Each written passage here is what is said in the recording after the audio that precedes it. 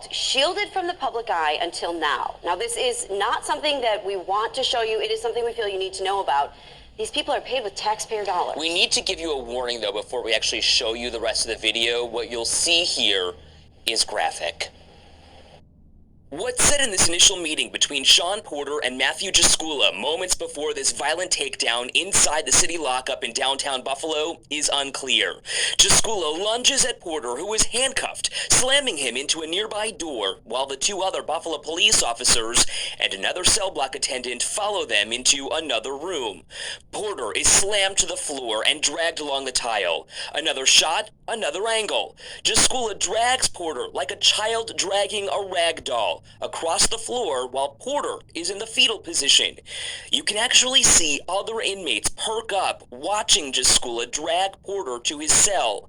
Two men grab medical gloves. Both police officers stand there, one with enough time to spit into a water bottle, watching the jailers rip Porter's clothes off while Porter stands in a puddle of his own blood. He's then put in restraints with some sort of a mask on his face, wheeled into another cell where he sits and waits for someone to come and help him. He was removed from the restraint chair and walked out of his cell, and by the city's own clock, that was more than 90 minutes later. In his boxers, he's walked through the lockup as a new inmate and two other attendants watch. You can see this one guard's face drop from a smile to a look of disbelief. This whole thing started at 10 o'clock at night on May 19th, 2016.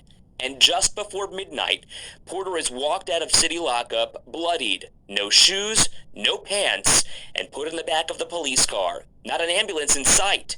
For his use of excessive force, depriving Porter of his civil rights, Jaskula was sentenced to 18 months in federal prison. He was released at the end of last year.